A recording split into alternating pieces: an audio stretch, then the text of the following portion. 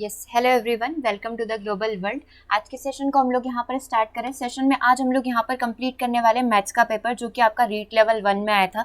इससे पहले हम लोग यहाँ पर कंप्लीट कर चुके सीडीपी पेपर 1 एंड पेपर 2। यदि आपने वो पेपर अभी तक विजिट नहीं किए तो ऊपर आई बटन पर क्लिक करके आप पेपर को विजिट कर सकते हो, उसका डिस्कशन देख सकते हैं। आज हम लोग यहाँ पर मैथ्स विथ देयर शिक्षण शास्त्र हम लोग यहाँ पर कंप्लीट करेंगे और व्हाट्सएप ग्रुप में जुड़ने के लिए आप मैसेज कर सकते हैं 8770803840 पर। ओके तो स्टार्ट करते हैं आज के सेशन को। चलिए, जो सबसे पहला क्वेश्चन यहाँ पर पूछा गया था कि 1,01,01,101 का अंकीय रूप क्या होगा। ठीक है, मतलब आपको यहाँ पर इसको अरेंज करना था, अंकों के फॉर्म में अरेंज करना था।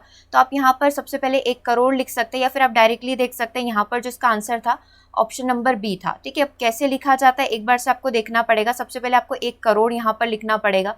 ठीक है, ये क्या होता है, 1,000 होता है, हमें पता है 100,000 है ना, 1,000 हो गया, 10,000, लाख, 10 लाख और ये करोड़ हो गया। ठीक है, आप ऐसे गिनती करते हुए भी लिखते इकाई दही सैकड़ा वाली तो भी हो जाता। उसके बाद क्या लिखा गया है कि 1 करोड़ के बाद ऐसे आप ब्लॉक्स बना ले इसके, है ना। 1 करोड़ के बाद आपको कितना लिखना था, 1 लाख लिखना था। ठीक है, 1 लाख लिखते हैं। ठीक है, ये 100 हो गया, ये 1000 हो गया, ये 10,000 हो गया, ये लाख हो गया। ठीक है, उसके बाद कितना लिखना था, 1,000 लिखना था। तो 1,000 में हमको पता है ये 3 जीरो होती है। ठीक है, फिर 100 लिखना था, मतलब वही 100 लिखना था और 1 लिखना था। अगर आप इसको जोड़ेंगे तो आपका आंसर क्या आएगा, 101,011,001, जो कि आपको दिख रहा है ऑप्शन नंबर बी के अंदर। राइट, तो करेक्ट आंसर यहाँ पर क्या हो जाएगा। वैसे ही आपको यहाँ पर 1 करोड़ और 1 लाख लिखते हैं ना, तो 10 आपको यहीं से दिख जाता, तो फिर आपको आइडिया लग जाता कि हाँ करेक्ट आंसर तो ऑप्शन नंबर बी ही होना है। मात्र 3 से 4 सेकंड में हम लोग इस क्वेश्चन को सॉल्व कर सकते थे। देखो अब अगला जो क्वेश्चन है 31P5 किसका गुणज है, 3 का गुणज है। ठीक है, 3 का गुणज है। अब 3 के गुणज का फॉर्मूला क्या होता है, सारे अंकों का योग जो है वो 3 से विभाज्य होना चाहिए। ठीक है, विभाज्यता के नियम होते हैं, 3 का नियम, 4 का नियम, 2, 5, 7 ऐसे 9 तक चलते हैं। ठीक है, फिर 17, 13 ऐसे चलते हैं अपने अपने नियम। अभी हमसे सिर्फ 3 की बात की गई है, तो 31P5 3 का गुणज है, मतलब इन सभी अंकों का योग कितना होना चाहिए, 3 से विभाज्य होना चाहिए। तो जितने अंक हमारे पास है उनको हम लोग जोड़ लेते हैं। 3 और 1 4, 4 और 5 9, मतलब 9 प्लस पी जो है किससे विभाज्य होना चाहिए, हमारा 3 से विभाज्य होना चाहिए। हम लोग ऐसे लिख सकते हैं 9 प्लस पी का भाग चला जाना चाहिए पूरा का पूरा 3 से, जहाँ पी जो है दहाई का अंक होगा और पी का अधिकतम मान क्या होगा। अब हमें क्या निकालना है, पी की मैक्सिमम वैल्यू। अब देखो कोई भी संख्या 3 से कब डिवाइड होता है, और पी एक सिंगल डिजिट है ना, सिंगल डिजिट। ऐसा नहीं कि पी में 10 12 13 10, मतलब 1 से लेकर या 0 से लेकर 9 तक के अंक हमारे आ सकते हैं, 10 नहीं हो सकता है। ठीक है, क्योंकि इसने स्पेसिफाई किया है कि ये दहाई का अंक आपका होगा। ठीक है, तो अब आपको ये बताना है कि इस अंक की वैल्यू यहाँ पर क्या हो सकती है। ठीक है, तो अब आप इसको कैसे सॉल्व करेंगे। देखो सिंपल सा नियम है, 3 की विभाज्यता का नियम होता है कि अगर आप अंकों को जोड़े तो सम क्या आना चाहिए, 3 से डिविजिबल होना चाहिए, है ना। तो अब क्या क्या आ सकता है, 3 आ सकता है, 6 आ सकता है और 9 आ सकता है।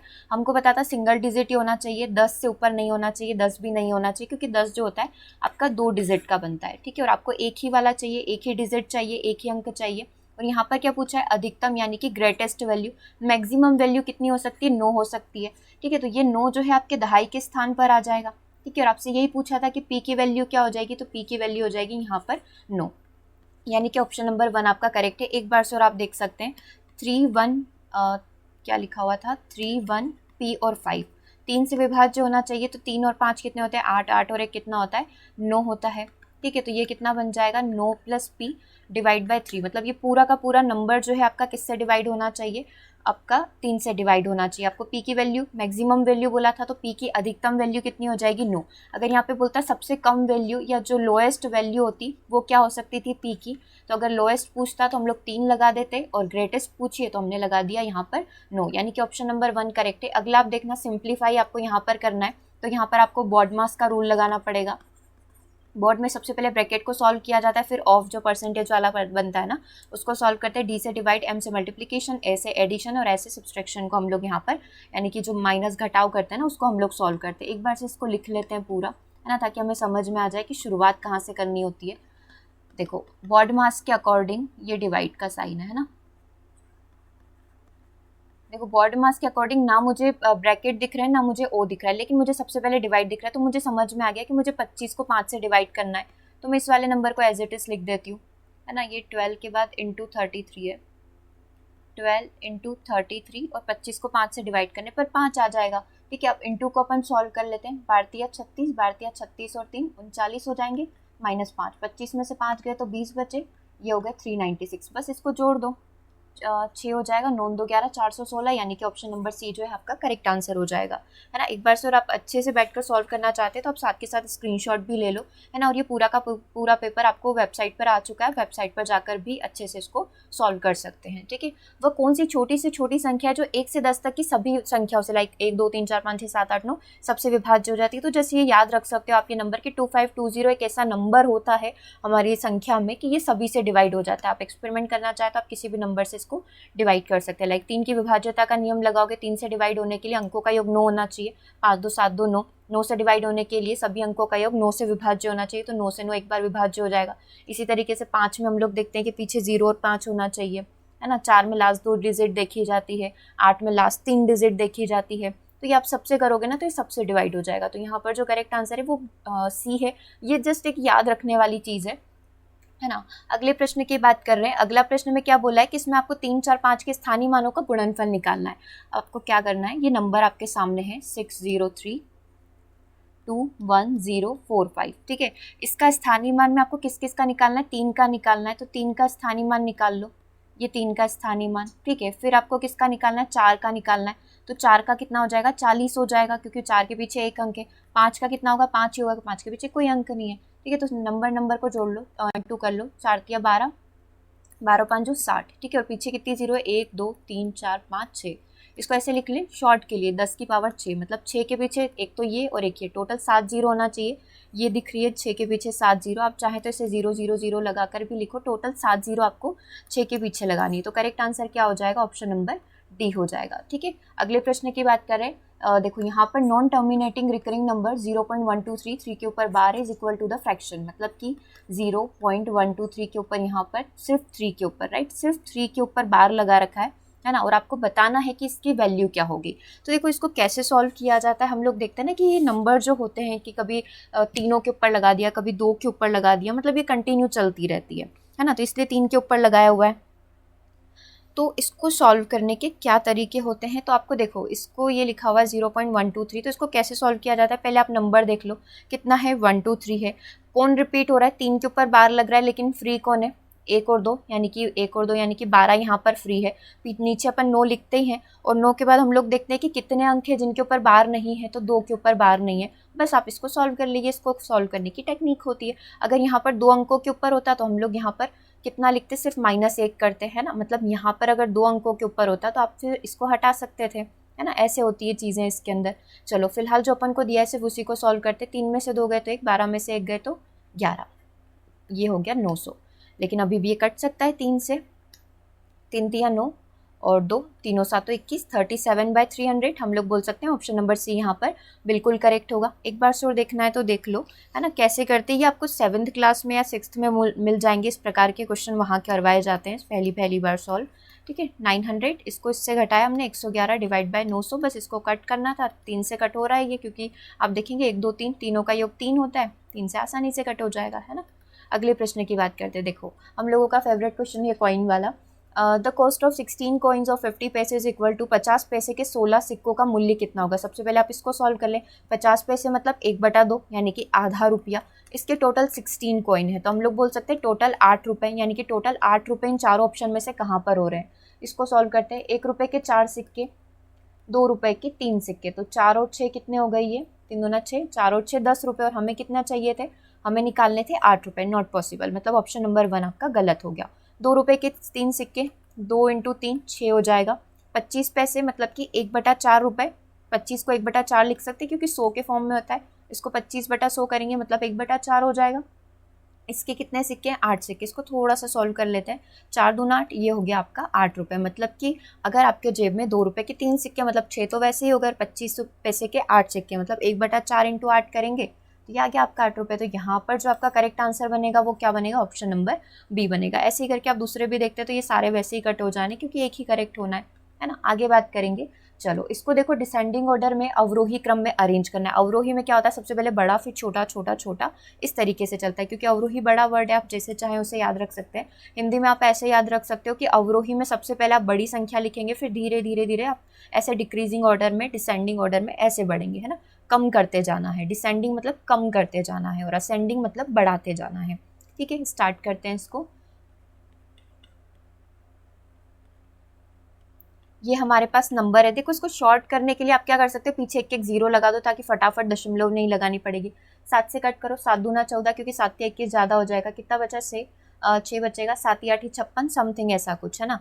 13 से काटेंगे, 13 या 39, एक बचा, मतलब कुछ 13 या 39, सॉरी 3 भी नहीं बनेगा, 2 ही बनेगा। 13 दूना 26, कितना बचा, 4 बचा। 13 दूना 26, 13 या 39, हम लोग बोल सकते हैं 2.3 यहाँ पर होगा। यहाँ पर फिर से लिख देते हैं ये 2.3, इसके बाद कुछ हो सकता है ना। इसको कट करते हैं, 6 8 48 ऐसे ही होगा, 50/6 है ना, हाँ 5/6 चाहिए।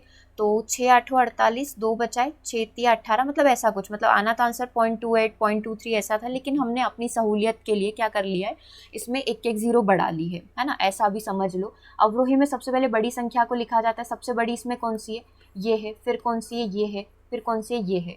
ठीक है, अब अपन अपने हिसाब से अरेंज कर देते हैं। 8.3 किसका रूप है, 5/6 का है।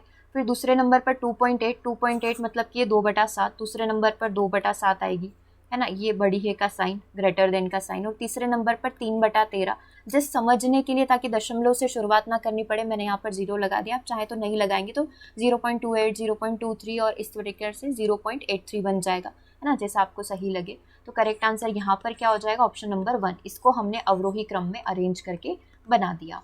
ठीक है, ऐसा ही एक क्वेश्चन है, आपको इसकी वैल्यू फाइंड आउट करनी है। तो आप क्या करें, एक बार से इसको लिख लें, -1 3/5 और -2 सही 2/3 माइनस, अच्छा ये ब्रैकेट के अंदर भी है ना, 4 सही 5/6। ठीक है, सॉल्व कर लेते हैं। माइनस, पहले इसको अपन ब्रैकेट को ही सॉल्व कर लेते हैं ताकि थोड़ा अच्छा दिखे ये। -2 सही 2/3 प्लस 4 सही 5/6। ठीक है, सॉल्व कर लेते हैं। 5 एकम 5 और 3 कितने होते हैं, 8 होते हैं। -8/5, 3 दूना 6 और 2 8/3, और ये प्लस में हो गया क्योंकि ब्रैकेट के अंदर बाहर माइनस था, माइनस माइनस प्लस हो गए। 6 चौक 24 और 4 24 और 5 कितने होते हैं, 29 होते हैं। 29/6। अब इसका एलसीएम आप लोगों को लेना था, आप ले सकते हैं इसका एलसीएम 30। हाँ 30, मिनिमम एलसीएम 30 ही हो सकता है इसका यहाँ पर। चलो इसको आगे सॉल्व करेंगे।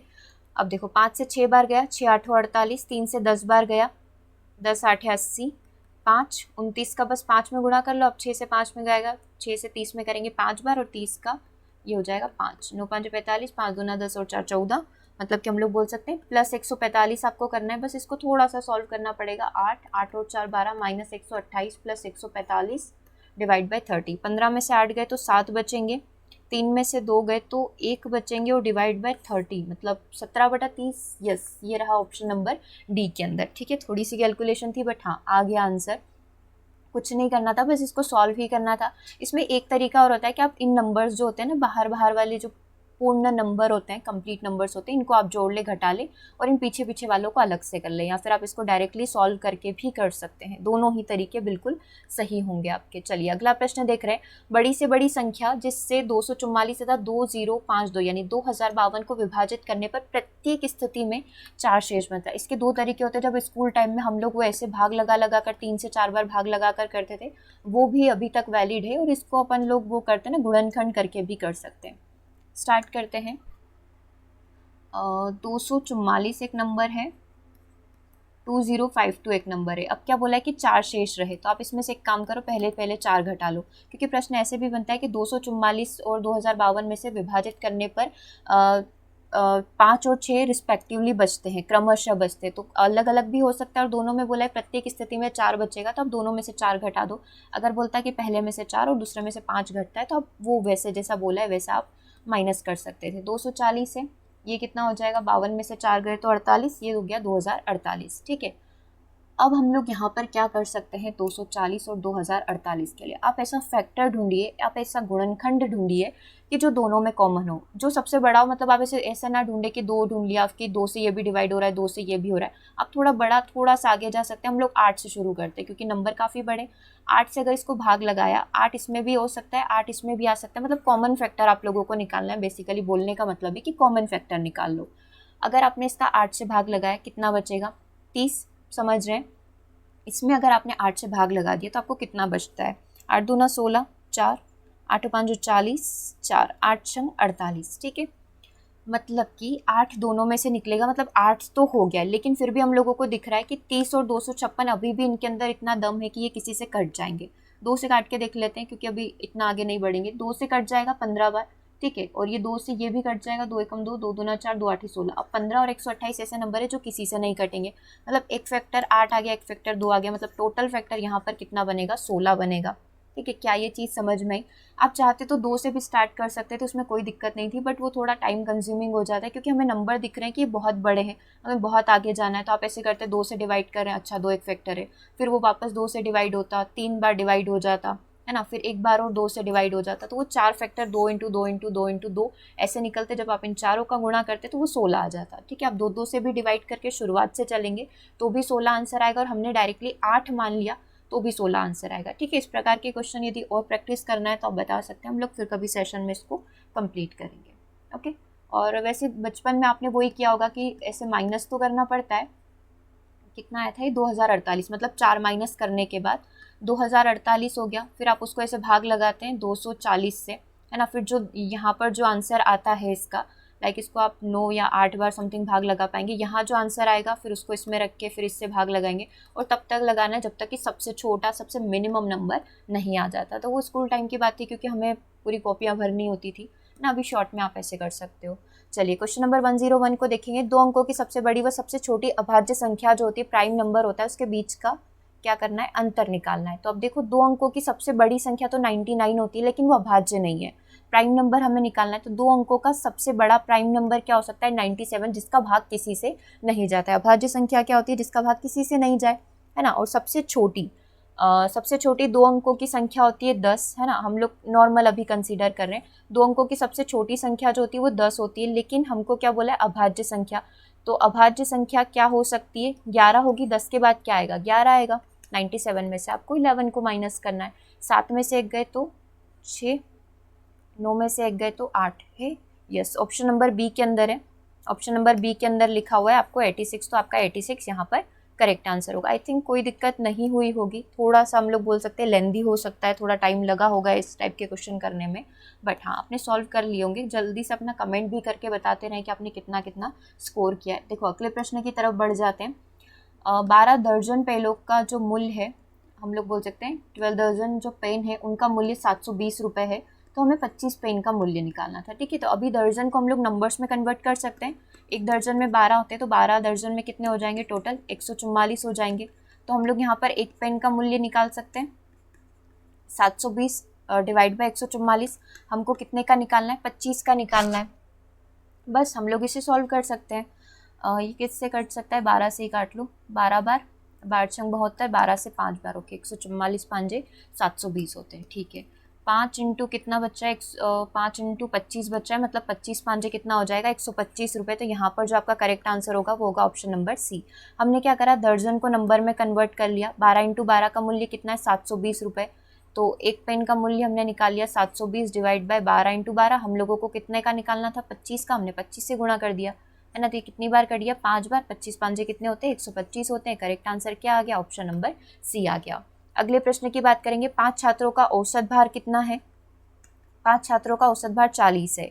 यदि उसमें से एक छात्र जिसका वजन 50 किलोग्राम है छोड़कर चला जाता है, टोटल कितने थे, 5 छात्र से, एक यहाँ पर आउट हो गया, टोटल कितने बचे, 4 बचे। तो बस आपको इसका आंसर निकालना था। 5 चौक कितने होते हैं, 20, 200, 200 में से 50 डिवाइड बाय 4, 200 में से 50 गए तो 150 डिवाइड बाय 4, 4 तिया 12, यानी कि 37.5। करेक्ट आंसर क्या बन जाएगा, ऑप्शन नंबर बी, 37.5 जो है 4 छात्रों का यहाँ पर औसत होगा। देखो आप बिल्कुल बेसिक से लिखते तो आप ऐसे लिख सकते थे, 5 चौक 20, ये हो गए अपने 5 लोगों का। अब इसमें से एक चला गया जिसका वजन कितना था, 50, कितना बचा यहाँ पर, 150 बचा। अब एक व्यक्ति गया है 5 में से, तो कितने बचे, 4, 150 डिवाइड बाय 4, 37.5।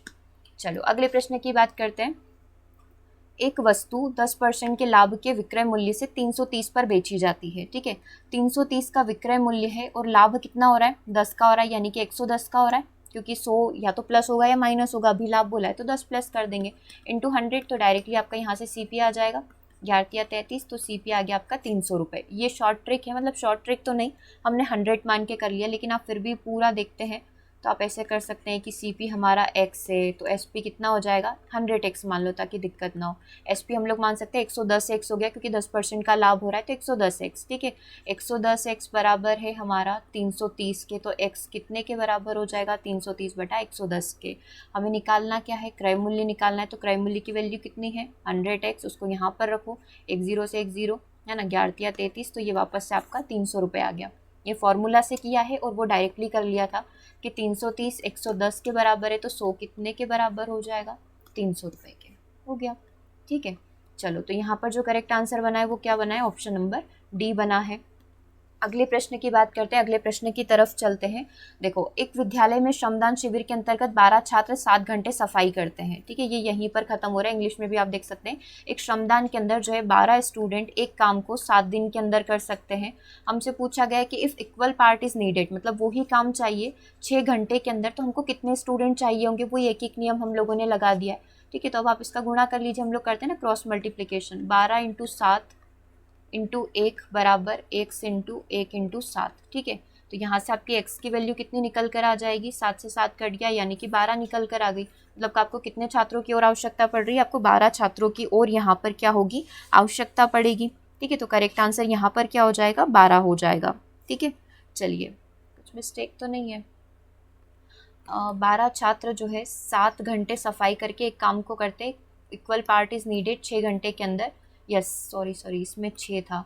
12 छात्र जो है 7 घंटे सफाई करके एक काम को करते, तो 6 घंटे में सफाई करने के लिए आपको कितने छात्र चाहिए होंगे, 12 इंटू 1 इंटू 7 हो जाएगा, हम लोग क्रॉस मल्टीप्लाई कर रहे हैं, 12 into 1 into 7 which is equal to x into 6, ठीक है। 12 इंटू 7 बारी 7 84 डिवाइड बाय 6, आप 6 से काट सकते हैं, 6 दूना 12, तो x की वैल्यू कितनी आ जाएगी 14 आ जाएगी। ऑप्शन नंबर 1 यहाँ पर बिल्कुल करेक्ट होगा, ठीक है।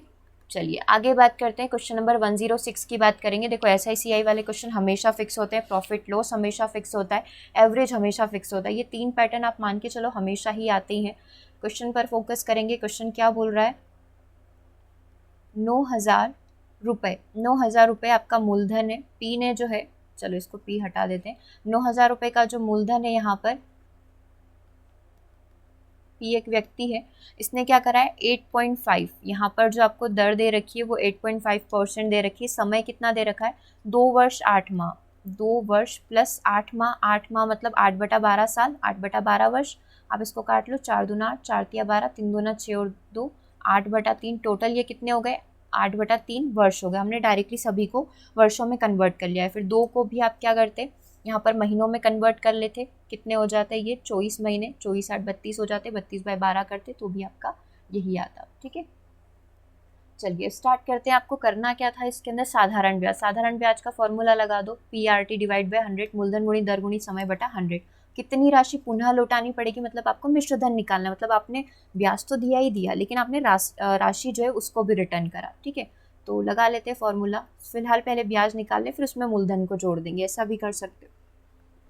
चलिए 9,000 रुपये की राशि है, दर है 8.5, समय है 8/3, डिवाइड में चलता है आपका 100 फार्मूला के अकॉर्डिंग, लेकिन 1 दशमलव हटाई तो हमने यहाँ पर 1 ज़ीरो और लगा दिया। अब इसको कट कर लेते हैं धीरे से, ये 3 ज़ीरो से 3 ज़ीरो कट गई, 3 से ये कट गया आपका 3 बार, तो ये कितना हो गया 8 तिया 24 इंटू 85, ये दशमलव हमने हटाई थी, एक नहीं है ना, 24 का गुणा कर लो, 24 48, 24 5 120 होता है, हसीन लगा 12, 24 5 120, 24 96, 24 5 120, 24 6 144, 24 7 168, 24 8 है 192, है ना। 192 में हमें 12 और जोड़ना है, 2 दूना 4 और 19 और 1 20, 2040, मतलब ये तो अभी है बोल सकते हैं ब्याज, है ना, साधारण ब्याज। तो ये कितना हो गया 2040, लेकिन अभी इसमें राशि भी जोड़नी पड़ेगी क्योंकि मिश्र धन निकालना है। तो ये कितना हो जाएगा 11,040 रुपये, 11,040 रुपये मुझे दिख रहा है ऑप्शन नंबर सी के अंदर। हाँ ये सी है, ऑप्शन नंबर सी आपका यहाँ पर करेक्ट होगा। क्या करा एक बार शोर देख लेना, 9,000 रुपये की राशि है, 8.5 का दर है, 1 दशमलव हटाने पर 1 ज़ीरो लगा दी गई थी, ये 100 है और समय हमने निकाल लिया था, कितना था 2 साल प्लस 8 महीने, 8/12, 4 दूना 8, 4 तिया 12, 3 दूना 6 और 2 8/3 तो ये 8/3 वर्ष हो गए। इसको जब सॉल्व किया था तो 2040 आया था। देखो ऑप्शन में 2040 भी था। आई थिंक आप लोगों ने यहाँ पर बिल्कुल भी गलती नहीं करी होगी, क्योंकि कितनी राशि यहाँ पर इंग्लिश में भी लिखा है, टोटल अमाउंट आपको रिटर्न करना पड़ेगा। तो 9,000 उसके पैसे तो दोगे ही सही, लेकिन साथ में इतने साल रखने के 2040 रुपये एक्स्ट्रा दोगे, है ना। तो ये 11,040 रुपये आपको रिटर्न करने थे। ठीक है, अगले प्रश्न की बात करेंगे। क्या बोल रहा है ये, एक 22 सेंटीमीटर 4 सेंटीमीटर के आयताकार कागज को मोड़कर बिना अधिव्यापन के, मतलब ओवरलैपिंग नहीं होना चाहिए, एक 4 सेंटीमीटर ऊंचाई का बेलन बनाया गया। मतलब आयताकार कागज, आयत की बात हो रही है, लंबाई इंटू चौड़ाई की बात हो रही है, 22 इंटू 4 की बात हो रही है, 88 सेंटीमीटर स्क्वायर की बात हो रही है। अगर आप इससे बेलन बनाओगे और पूछा क्या गया है, वक्र पृष्ठ पूछा गया, तो उतना ही वक्र पृष्ठ होगा, क्योंकि एक ही ये जो आयत था इसी को आपने मोड़कर क्या करा है, बेलन बना दिया, तो इतना ही होगा। हम लोग बोल सकते हैं करेक्ट आंसर वही होगा जो आयत का क्षेत्रफल से बना है, जो आयत से बना है, राइट। आयत का क्षेत्रफल बेलन के वक्र पृष्ठ के ही बराबर होगा, क्योंकि कागज तो वो का वही है ना, कुछ एडिशन या कुछ काटा पीटा तो हमने है नहीं। तो करेक्ट आंसर हम लोग मानकर चलेंगे ऑप्शन नंबर बी ही यहाँ पर बिल्कुल करेक्ट है। अगला प्रश्न देखेंगे। यहाँ पर आपको कुछ चित्र के अंदर रेखाएं दे रखी है, A B and C D, देखते जाओ। ये मतलब इधर बना देते हैं अपन अपने हिसाब से। ये एक रेखा अपने पास ए बी है, एक रेखा देखना ये बिल्कुल इक्वल है ना, थोड़े आगे पीछे दिख रही है। ए बी सी डी है और क्या बोला है, ओ प्रतिच्छेद बिंदु है, ठीक है, इंटरसेप्टिंग पॉइंट हो गया। यदि ओ ई तथा ओ एफ, अब ओ ई कहाँ पर है, ये ओ ई हो गया तथा ओ एफ, ठीक है, इसको प्रतिच्छेद कर रही है, मतलब इसको ऐसे समद्विभाजित करिए, बराबर इक्वल इक्वल पार्ट्स में डिवाइड करिए और कोण बना रही है बी ओ डी करके, है ना। ये बी ओ डी एक कोण यहाँ पर बन रहा है, ठीक है, और सी ओ बी के समद्विभाजक ये हो गए। और यहाँ पर एक वैल्यू आपको दे रखी है ई ओ डी की, ये आप यहाँ पर भी देख सकते हो, जो हम लोग एज इट इज इधर ड्रॉ कर रहे हैं 25 डिग्री। तो आपको बताना था सी ओ एफ की वैल्यू, मतलब इसकी वैल्यू क्या होगी। यहाँ पर क्वेश्चन मार्क लिख सकते हैं, इधर लिख देते हैं, ठीक है। चलो अब हम लोग इसको सॉल्व करना स्टार्ट करेंगे। देखो कैसे कैसे इसको सॉल्व किया जा सकता है। इसको सॉल्व करने के लिए हम लोग कहाँ से शुरुआत करें, यहाँ से करते हैं। देखो ये 25 डिग्री का है, तो हम लोग बोल सकते हैं अगर ये 25 डिग्री का है तो यहाँ पर जो आगे आने वाला होगा ये वाला, इसको देखना, ये वाला देखना, इसमें थोड़ा सा कलर चेंज करके हम लोग इसको कंप्लीट करते हैं। ये भी कितना हो जाएगा 25, है ना। अगर ये 25 है तो ये भी 25 हो जाएगा। अब आप ये देखिए कि ये दो डिवाइड वाली रेखाएं हैं, ठीक है। ये क्या हो गया, सेकेंड क्वेश्चन चेंज हो गया क्या, देखो इसको समझो, ये हमने अभी तक ये कर लिया, ये 25 हो गया तो ये भी 25 हो गया। अगर ये इधर इक्वल है तो एज इट इज इधर भी पूरा इक्वल होगा, हम लोग बोल सकते हैं, ठीक है। तो ये कितना हो जाएगा, अगर ये 25 25 50 है तो ये वाला भी हमारा 50 हो जाना चाहिए। ये वाला भी कितना हो जाएगा, 25 और 25 50, तो ये टोटल कितना हो गया 50 हो गया, ठीक है। यहाँ तक चीज़ें क्लियर है तो हम लोग आगे बढ़ेंगे। इस वाले डायग्राम में भी देख लो, उधर अच्छे से समझ नहीं आ रहा है। अगर ये 25 है तो ये भी 25 है, ठीक है। अगर ये जितना इधर है उतना का उतना इधर होना चाहिए, तो ये 25 और 25 कितने होते हैं 50 होते हैं, तो ये 50 हमारा एज इट इज इधर लगेगा, ठीक है। यहाँ तक क्लियर है। उसके बाद हम लोग थोड़ा सा आगे यहाँ पर बढ़ेंगे। अब हम लोग यहाँ पर इसको कंप्लीट करते हैं कि देखो, अब एक हम लोग जब वो पूरा सर्कल ड्रॉ करते हैं ना, तो हमें एक चीज़ पता है कि टोटल जो कोण बनते हैं या टोटल जो बनते हैं वो 360 डिग्री का बनता है, ठीक है। अब हमारे पास कितने हो गए, जितना लिखा हुआ है उतना एज इट इज हम लोग लिख देते हैं। 50 तो ये हो गया, 25 उधर रखा हुआ है, 25 उसके नीचे हमने माना था ये 25 है तो ये भी 25 ही होता है, इक्वल होगा, है ना। लिखा भी ये समद्विभाजक हो गए, है ना। तो अभी 50 50 कितने हो गए, टोटल 100 हो गए। टोटल कितना होता है एक सर्कल के अंदर, टोटल कितने कोण होते हैं हम लोग देखते हैं, 360 होते हैं। 360 में से अगर 100 चला गया तो कितना बचा, 260 बचा, ठीक है। अब ये 260 एक तो यहाँ वाले पॉइंट का होगा और एक यहाँ वाले पॉइंट का होगा, ठीक है। 160 को भी 2 भागों में विभाजित करें, मतलब ये जो 260 है इसको 2 भागों में विभाजित करिए। 260 को 2 से भाग लगाएंगे, मतलब 130 ऊपर होगा और 130 जैसा हमने इधर किया था 50 50, 130 ऊपर और 130 नीचे, ठीक है। यहाँ तक क्लियर है। अब सिर्फ यहाँ जो काम की चीज़ें वो लिख देते हैं, क्योंकि 25 ये 25 ये, अगर ये 25 25 हो गया तो ये कितना हो जाएगा, टोटल 50 हो जाएगा। 360 में से अगर 100 चले गए तो कितने बचे, 260। अभी हमारे पास 2 जगह बची हुई है, 260 के भी 2 टुकड़े होंगे क्योंकि बराबर 360 करना पड़ेगा ना। तो 260 में से 130, तो ये वाला हो गया आपका 130 टोटल, और ये वाला टोटल कितना हो जाएगा, इधर लिख देते हैं 130 हो जाएगा। लेकिन इसके भी 2 टुकड़े किए हुए हैं, किसने, इस एफ ने, तो फिर 130 के 2 करिए, ये 65 और ये 65, ये वाला छोटा भाग 65, से लिखे हैं इसको, ये छोटा वाला 65 और ये छोटा वाला 65, ठीक है, 65 65 130। अगर आप इन चारों को जोड़ोगे, इन सब एंगल को जोड़ोगे ना, तो आपके आ जाना चाहिए 360। आप चाहें तो एक बार से जोड़ के देख लो, 360 आ रहा है, मतलब आपने जितनी भी वैल्यू लिखी है वो सारी सही लिखी है। एक बार से सिर्फ वैल्यू लिख देते हैं, इधर 50 हो गया, इधर 50 हो गया, इधर 130 हो गया, और इधर 130 के 2 टुकड़े हो गए 65 का। 65 का पूछा क्या था इसने वैसे, COF, ये रहा C, ये रहा O और ये रहा F, तो आंसर क्या आ जाएगा 65 डिग्री। ठीक है, डायग्राम वाला क्वेश्चन था, ऐसे आपको इसको सॉल्व करना था। करेक्ट आंसर हो जाएगा आपका 65 डिग्री का। चलिए आगे बढ़ते हैं। देखो प्रश्न क्या है, एक वर्गाकार मैदान का क्षेत्रफल जो है 6400 वर्ग मीटर है। वर्गाकार वर्ग का क्षेत्रफल क्या होता है, A स्क्वायर होता है। 6400 किसका स्क्वायर होता है, 80 का होता है, तो A की वैल्यू यानी कि जो वर्ग की भुजा है उसकी वैल्यू कितनी आ गई, 80 आ गई। एक व्यक्ति द्वारा इस मैदान की परिमिति पर, मतलब पेरीमीटर निकालना पड़ेगा। वर्ग का जो परिमाप होता है वो कितना होता है, 4A होता है, यानी कि 4 × 80 यानी कि कितना आ गया, 320 आ गया। जो इसका पेरीमीटर परिमाप आ गया वो 320 आ गया। आप कितने चक्कर लगाने, 5 चक्कर लगाने, ठीक है। तो टोटल परिमाप कैलकुलेट कर लेंगे, ठीक है। तो ये कितना हो जाएगा, 5 दूना 10, 5 तिया 15 और 1 16, कितना आ गया, 1600 मीटर आ गया। लेकिन सारी चीज़ें अभी आपको दिख रहा है 1600 मीटर है, बाकी 160 है, 320 है और 3.2 है, मतलब इसको किलोमीटर में चेंज कर लो। ये हो गया 1600 मीटर, ठीक है। और डिवाइड में आप 1000 किलोमीटर कर सकते हैं इसको किलोमीटर में बदलने के लिए, 2 0 से 2 0, तो ये कितना हो जाएगा 1.6 किलोमीटर हो जाएगा, ठीक है। करेक्ट आंसर क्या बन जाएगा, ऑप्शन नंबर सी। सबसे पहले आपने A की वैल्यू निकाली, A की वैल्यू आपकी 80 आ गई, फिर आपने 4A निकाला, 4A में 8 चौक कितने होते हैं, 320, 320 हो गया ये, ठीक है। अब 320 के बाद आपने चक्कर कितने काटने थे, 5 चक्कर काटने थे, तो आपने देखा कि यहाँ पर जो आपकी वैल्यू आ रही है वो 1600 आ रही है, मीटर में आ रही है, क्योंकि सब चीज़ें मीटर में थी, लेकिन आपने किलोमीटर में लिखना था, तो आपने कितना लिख दिया, 1.6 किलोमीटर लिख दिया, ओके। चलो आगे बात करते हैं। अगला प्रश्न है 2 मीटर, 1.5 मीटर और 1 मीटर, ठीक है। ये जो नाप है इसमें पानी के टैंक को एक नल के द्वारा 20 लीटर प्रति मिनट की गति से भरने में लगा समय आपको निकालना है।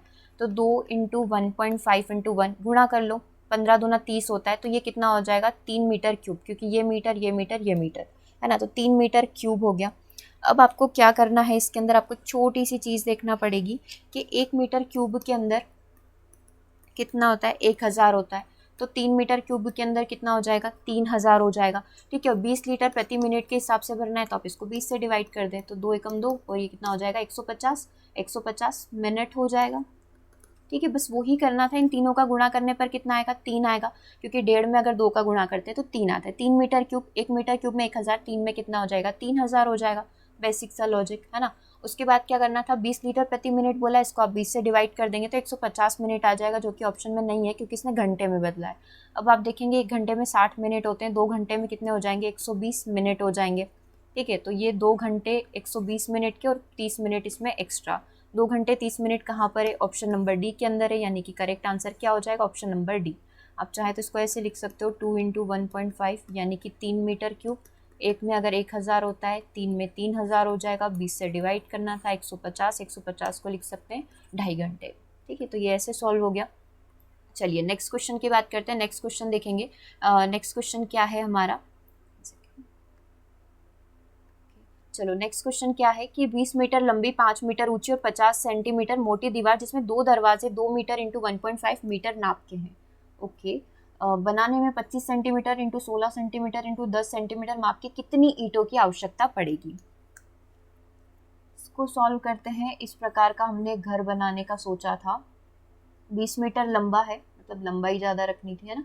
20 मीटर लंबा है और ये 5 मीटर चौड़ा है, 5 मीटर ऊंचा है और 50 सेंटीमीटर की इसके अंदर आप मान सकते हैं मोटी दीवारें हैं, ठीक है। 50 सेंटीमीटर मोटी दीवारें जिसके अंदर 2 दरवाजे भी हैं, ठीक है। इस घर के एंट्रेंस के 2 दरवाजे भी हो गए, जिनकी आप बोल सकते हैं कि 2 × 1.5 के कितने दरवाजे, 2 दरवाजे, ठीक है। अब इसको बनाने में ईंटों की आवश्यकता, अब आपको पता है दरवाजे में ईंटें नहीं लगती है, मतलब इस पूरे क्षेत्रफल में से आपको इन दरवाजों को, इन जो 2 दरवाजों को है ना, इनको माइनस करना पड़ेगा। तो पहले आप आयत का क्षेत्रफल का फॉर्मूला लगा लो। आयत का जो क्षेत्रफल होता है 20 × 5, लंबाई × चौड़ाई, है ना। तो ये कितना हो जाएगा 100, और मीटर बोला है 100 मीटर का स्क्वायर। अब आपको ईंटें क्या है दीवारों में लगानी, दरवाजे का क्षेत्रफल आप माइनस कर ले। एक दरवाजे का क्षेत्रफल कितना होगा लंबाई × चौड़ाई के हिसाब से, 1.5 × 2 मतलब कि 3, तो 2 दरवाजों का कितना हो जाएगा 6 हो जाएगा, 3 + 3 या 3 × 2 है ना, तो 6 हो जाएगा। मतलब आपको इसमें से 6 मीटर स्क्वायर को माइनस कर देना, मतलब 6 मीटर स्क्वायर के दरवाजे हटा दो। कितना बचा? 94 मीटर स्क्वायर। यहाँ तक क्लियर है? क्या क्या हमने किया एक बार आप अच्छे से देख लें, डायग्राम को समझ लें, फिर थोड़ा सा और इसमें हमें कंप्लीट करना है। ठीक है, यहाँ तक कंप्लीट है, तो इसके आगे हमें क्या करना पड़ेगा? देखो 94 हो गया, अब हम लोग इसको आगे बढ़ते हैं। इस डायग्राम को हटा दे क्या? चलो, हमने क्या निकाल लिया? 94 मीटर स्क्वायर, है ना, 94 मीटर स्क्वायर अभी बचा हुआ है। अब आपके पास जो चीज़ें दे रखी है ना कि 20 मीटर लंबी, 5 मीटर ऊंची और 50 सेंटीमीटर मोटी दीवार है। ठीक है, तो आप देख लें 94 आपका आंसर आ गया, 50 सेंटीमीटर है, आप इसको मीटर में कन्वर्ट कर लें, है ना। 94 हो गया, 50 हो गया और 100 ये हो गया इसका 94 वाले का। ठीक है, अब नीचे क्या बचा हुआ है? 25 बचा हुआ है, 16 बचा हुआ है और 10 बचा हुआ है। ठीक है, ये बनाने में ईंटों का नाप निकालना है आपको तीनों के हिसाब से, लंबाई, ऊंचाई और मोटाई के हिसाब से। बस आप इसको इससे डिवाइड कर लें, देख लें आंसर क्या रहा है। 25 दूना 50, 2 8 16, एक जीरो से एक जीरो कट गया और क्या बचा हुआ है इसके अंदर? 94 2 डिवाइड बाई 8 इंटू 100, एक जीरो और एक्स्ट्रा है ना। 8 एकम 8, 8 दूना 16, 8 5 40, 125 हो गया। 125 और 4 दूना 8, 9 दूना 18, 125 मतलब कि 3/4 इंटू 18800, 4 चौक 16, 4 7 28 इंटू 3, 7 21, 4 12 और 2 14। कोई मिस्टेक हुई है क्या इसके अंदर? कैलकुलेशन में मिस्टेक है शायद, एक बार से और इसको सॉल्व करते हैं। 20 मीटर लंबी है और 5 मीटर ऊंची और 50 सेंटीमीटर चौड़ी है। ठीक है, तो हमने शायद यहाँ पर गलती करी है।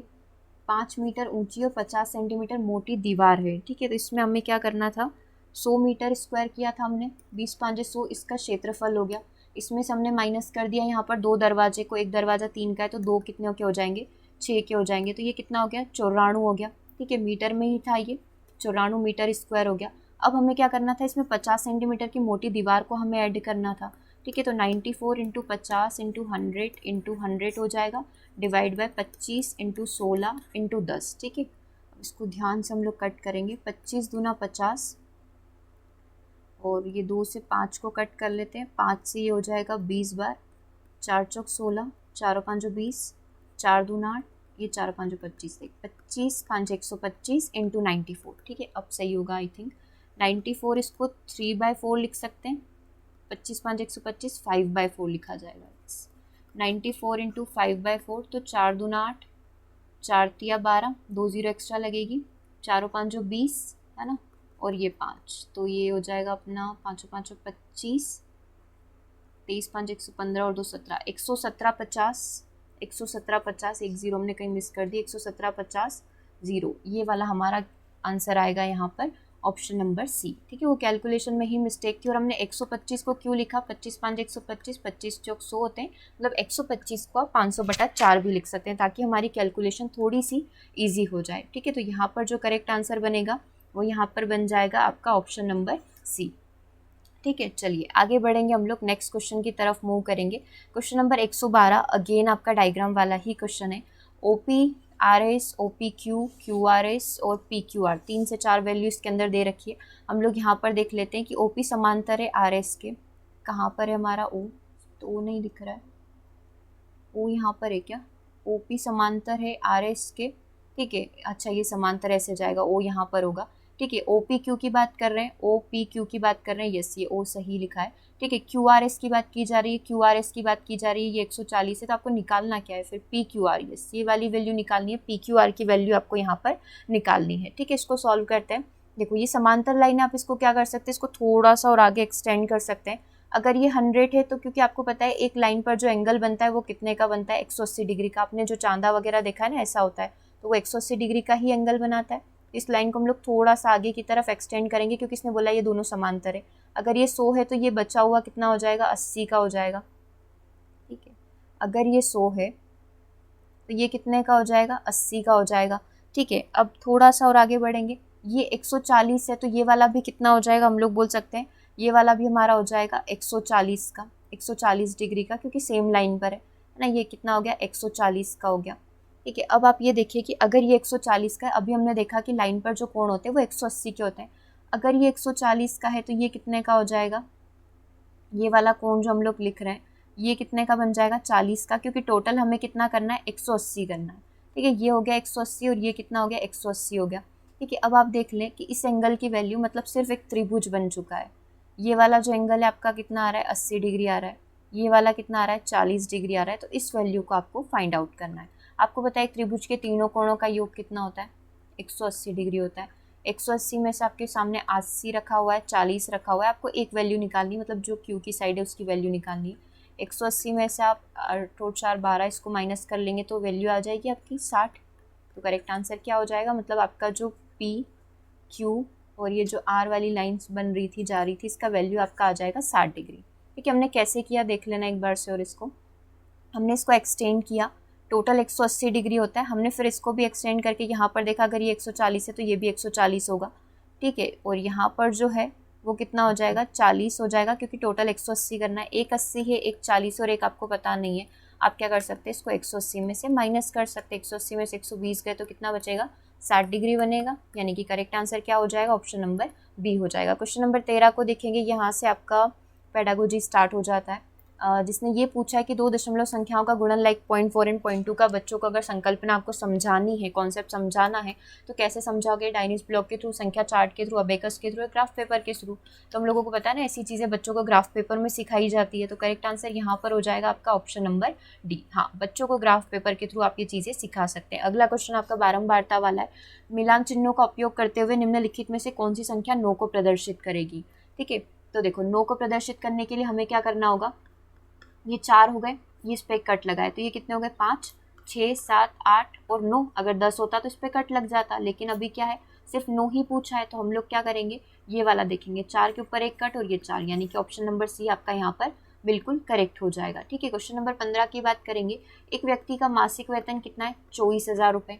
ठीक है, उसने शिक्षा पर किए गए व्यय को पाई चार्ट पर दर्शाने के लिए, मतलब ये पाई चार्ट होता है, इसमें इसने कुछ बताया कि मेरा जो है बहुत सारे घर का खर्चा, किराया वगैरह सब कुछ होता है, उसमें जो शिक्षा का जो व्यय है वो 60 डिग्री का है, बाकी सब कुछ भी हो सकता है। टोटल कितना बनता है, ये 360 का होता है।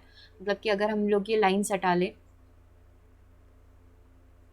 एक सेकेंड, अगर हम लोगों ने इसको हटा लिया तो हम लोग ये बोल सकते हैं कि शिक्षा पर व्यय 60 डिग्री का और बाकी सारा जो है 300 डिग्री का दूसरा व्यय है ना, टोटल 360 होता है। अभी हमको करना क्या था कि त्रिज्याखंड का केंद्रीय कोण 60 डिग्री हमने बना लिया, तो उसका शिक्षा पर व्यय क्या है, मतलब 24,000 का 60 डिग्री, 60 डिग्री में मतलब 360 से डिवाइड करना पड़ेगा। 6 से ये 0 से 0, 6 से 36 6 बार, यानी कि 24,000 बटा 6, तो ये कितना आ जाएगा 4,000 आ जाएगा। 6 चौक 24, 4,000 रुपये हमारा यहाँ पर आंसर हो जाएगा। मतलब 60 डिग्री किसके बराबर है, 4,000 के बराबर यहाँ पर हो जाएगा। ठीक है, बाकी के 20,000 रुपये आपके 300 डिग्री के बराबर होंगे। तो करेक्ट आंसर आपका हो जाएगा ऑप्शन नंबर 1। क्या किया हमने, 24,000 का 60 दे रखा था, 360 के बराबर है, तो एक की वैल्यू हम लोगों ने यहाँ पर निकाल ली।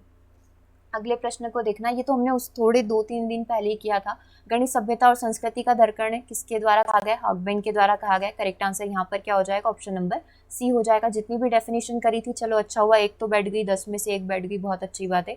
अलग अलग भाषाओं को जोड़ना, अलग अलग भागों को जोड़ना, आपको पता है हम लोग जब ब्लूम की टेक्सानोमी करते हैं उसमें सिंथेसिस, एनालिसिस सब लोग हम लोग पढ़ते हैं। तो देखो विश्लेषण, चीज़ों को तोड़ने की बात की जाती है, छोटे छोटे हिस्सों में बांटकर जब चीज़ों को पढ़ा जाता है, और जब इन्हीं छोटे छोटे हिस्सों को वापस से जोड़कर पढ़ा जाता है उसे हम लोग सिंथेसिस बोलते हैं, संश्लेषण बोलते हैं। तो करेक्ट आंसर यहाँ पर क्या हो जाएगा, ऑप्शन नंबर बी। अगर ये बोल देता तोड़ना तो ये करेक्ट होता, अभी बोला है जोड़ना, तो करेक्ट क्या हो जाएगा, ऑप्शन नंबर बी हो जाएगा। 118 नंबर का क्वेश्चन देखेंगे। उपचारात्मक शिक्षक की सर्वाधिक सफलता किस पर निर्भर करती, समय अवधि पर, समय के कारण, समस्या जो होती है उसकी सही पहचान पर, भाषाई नियमों के ज्ञान पर, या उपचारात्मक। देखो उपचारात्मक विधि है, हम लोग बोल सकते हैं हमें सही कारण पहचानने पड़ेंगे कि बच्चे को कहाँ पर दिक्कत आ रही है, हम लोग बोल सकते हैं ऑप्शन नंबर बी यहाँ पर बिल्कुल करेक्ट होगा। क्वेश्चन नंबर 119 को देखेंगे। ये क्वेश्चन आपका एमपीटेट में भी पूछा गया था, क्लास 9th की बुक में आप लास्ट से 3rd पेज पर देख सकते हैं। ये वाला क्वेश्चन आपको दिखेगा, वहाँ पर बच्चों को बताई जाती है ये वाली चीज़ें। ठीक है, तो आपको पूछा गया है कि गणित में मूल्यांकन के सोपान आपको बताना है कि आप कैसे स्टेप बाय स्टेप चलते हैं। देखो सबसे पहले हमें क्या करना पड़ता है, अपने उद्देश्यों का चयन करना पड़ता है। तो सबसे पहले हम लोग अपने उद्देश्यों का चयन करते हैं, उसके बाद आप कौन सी मूल्यांकन विधि का प्रयोग करोगे उसका चयन करोगे, फिर आप परिस्थितियों की पहचान करोगे, परिस्थितियों की पहचान करने के बाद आप मूल्यांकन प्रविधियों का निर्माण करोगे, और निर्माण करने के बाद आप उनका क्या कर लोगे, बोल सकते हैं ना उसकी व्याख्या कर लोगे, है ना। हम लोग बोल सकते हैं कि एक एविडेंस रेडी कर लोगे, हम लोग अपना मैनुअल वगैरह रेडी करते हैं, है ना, वो वाली चीज़ें हो सकती है। 2 3 1 5 4 कहाँ पर लिखा हुआ है, ऑप्शन नंबर बी के अंदर लिखा हुआ है। तो करेक्ट आंसर क्या हो जाएगा, ऑप्शन नंबर बी हो जाएगा। नेक्स्ट क्वेश्चन की बात करते हैं। किसी छात्र से नीचे दी गई संख्याओं को पढ़ने के लिए कहा गया 306, 406, 408, 4020। ठीक है, उसने ऐसा पढ़ा 30/6, 30/6, 40/6। मतलब ये बच्चों के साथ गलतियाँ होती है ना, 40/8, 40/20, क्योंकि उसने क्या कर लिया, उसने सिर्फ 2 संख्याओं को सीखा। उसको नहीं पता है कि जब 3 नंबर आते हैं या 4 नंबर आते हैं तो वो इकाई, दहाई, सैकड़ा, हज़ार वाली चीज़ें उसको अभी तक पढ़ाई नहीं गई है। तो आपको बताना है कि बच्चे से मिस्टेक क्या हो रही है। छात्र को गणित की कक्षा अच्छी नहीं लगती है। छात्र ने स्थानीय मान की संकल्पना को समझ लिया है तथा उसका उपयोग भी करना सीख लिया है। छात्र गणित का अध्ययन करने के लिए उपयुक्त नहीं है। या फिर ऑप्शन नंबर डी है। ऑप्शन नंबर डी इसमें कुछ इस तरीके का था कि बच्चे की जो गणितीय संकल्पनाएं जो है वो अभी तक विकसित नहीं हो पाई है, या फिर बच्चे को जो है स्थानीय मान का ज्ञान जो है अभी तक नहीं हो पाया। इस प्रकार का कुछ ऑप्शन था, वो अभी शो नहीं हो रहा है इसके अंदर। चलो, तो इसका ऑप्शन नंबर डी यहाँ पर करेक्ट होगा। ऑप्शन नंबर डी में कुछ इस तरीके का दिया हुआ था कि बच्चे का जो स्थानीय मान को लेकर जो संकल्पनाएं हैं वो अभी तक विकसित नहीं हो पाई है। ठीक है, तो ये तीनों ही गलत है। करेक्ट आंसर आपका होगा ऑप्शन नंबर डी। ठीक है, 1 मिनट देख लेते हैं क्यों नहीं दिख रहा है।